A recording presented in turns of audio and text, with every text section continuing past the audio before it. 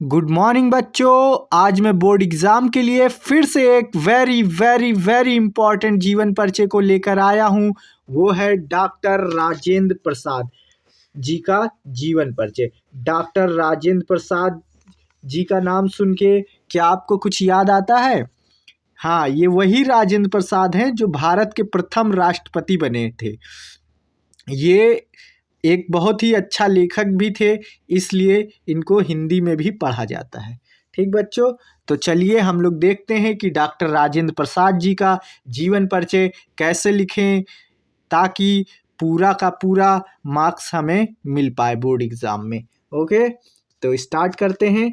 आपको ऐसे लिखना है, भारत के प्रथम राष्ट्रपति व कुशल लेखक डॉक्टर राजेंद्र प्रसाद जी का जन्म 3 दिसंबर 1884 ईस्वी को बिहार राज्य के छपरा जिले के जीरादेई नामक ग्राम में हुआ था।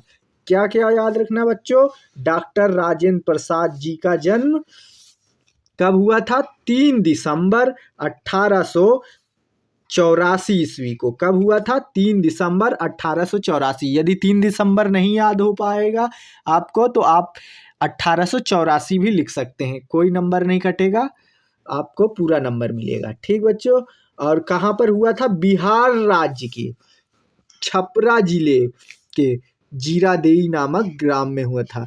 कौन सा स्टेट पड़ता है? बिहार। बिहार में एक जिला है छपरा, और छपरा के अंदर भी एक गांव है जिसका नाम है जीरादेई गांव, उसमें हुआ था।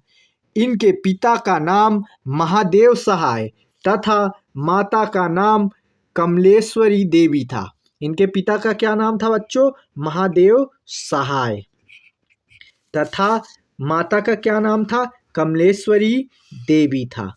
ठीक, अब हम आगे देखेंगे कि ये इन्होंने कहाँ से पढ़ाई की थी तथा क्या क्या काम किया इन्होंने अपने जीवन काल में।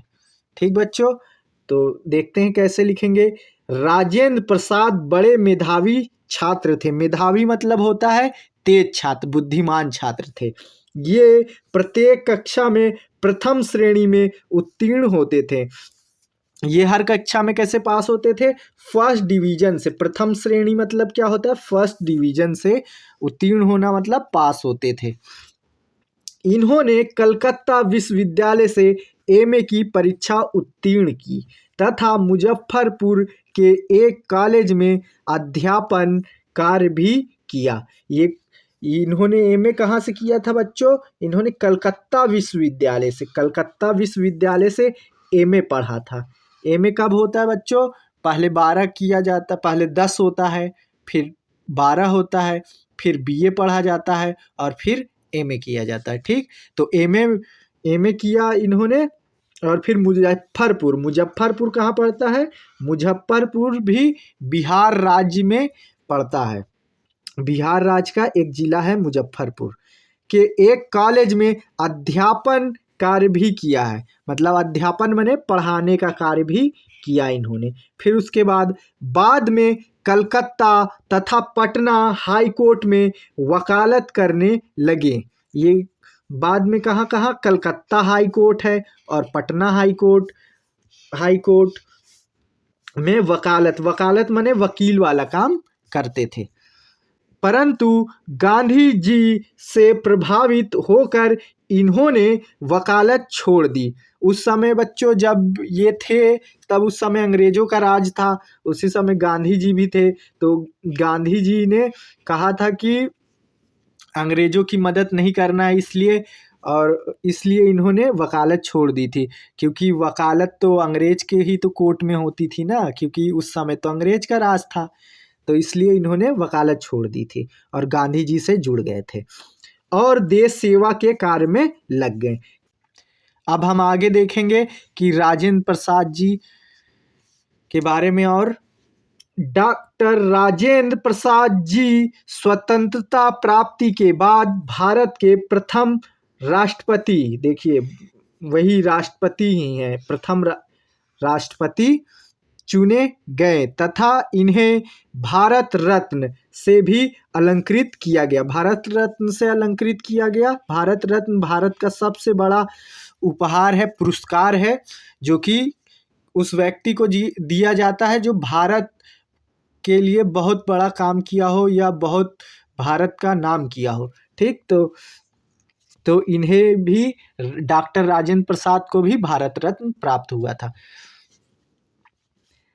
इनकी मृत्यु 28 फरवरी, इनकी मृत्यु कब हुई थी बच्चों? 28 फरवरी को। 28 फरवरी 1963 ईस्वी को। कब हुआ था? 28 फरवरी 1963 ईस्वी को हो गई। ये आपको अगर 28 फरवरी नहीं याद है तो आप 1963 भी लिख सकते हैं। चलिए अब हम देखते हैं कि इनकी रचनाओं के बारे में, इन्होंने कौन कौन सी रचनाएं की थी। ठीक बच्चों, तो इनकी रचनाएं हैं आत्मकथा। आत्मकथा मतलब होता है जो खुद से अपने बारे में लिखना। तो आत्मकथा क्या था? इनके आत्मकथा का नाम मेरी आत्मकथा। इनके आत्मकथा का ही नाम क्या था? मेरी आत्मकथा।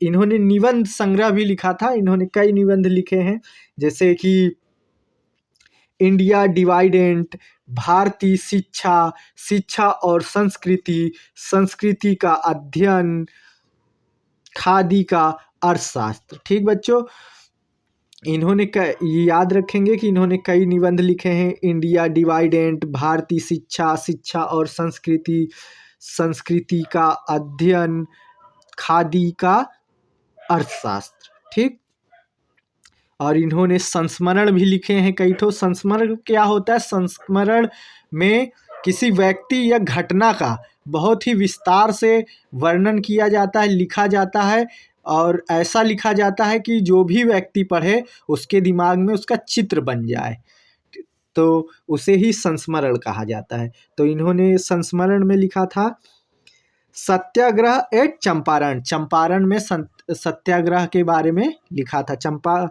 सत्याग्रह एट चंपारण। चंपारण में महात्मा गांधी, गांधी जी की देन, बापू के कदमों में। ठीक, तो आप ऐसे याद रख सकते हैं कि महात्मा गांधी से जुड़ा, शिक्षा और संस्कृति से जुड़ा जितने भी लेख हैं ज़्यादातर डॉक्टर राजेंद्र प्रसाद जी ने ही लिखा है। यदि किसी का नाम आपको नहीं याद आ रहा है, उसमें संस्कृति लिखा है, तो ज़्यादा चांस है कि डॉक्टर राजेंद्र प्रसाद जी का लिखा हुआ होगा। आप उस पर टिक कर सकते हैं। और इन्होंने यात्रा वृत्तांत भी लिखा था। यात्रा वृत्तांत क्या होता है? जैसे कहीं हम यात्रा करते हैं तो वहाँ पे क्या क्या देखा, कैसे क्या हुआ, ये सारा चीज़ लिखना यात्रा वृत्तांत कहलाता है। तो इन्होंने लिखा था मेरी यूरोप यात्रा। मेरी यूरोप यात्रा में अपने यूरोप की यात्रा के बारे में वर्णन किया था कि उनके साथ क्या क्या घटना घटा, क्या हुआ, कितना मज़ा आया, नहीं आया, ये सब लिखा है। ठीक बच्चों, तो आपको डॉक्टर राजेंद्र प्रसाद जी का जीवन परिचय इसी तरह लिखना है ताकि आपको पूरा नंबर मिल सके। और इम्पोर्टेंट जीवन परिचय देखने के लिए तथा पढ़ने के लिए हमारे साथ जुड़े रहिए। धन्यवाद।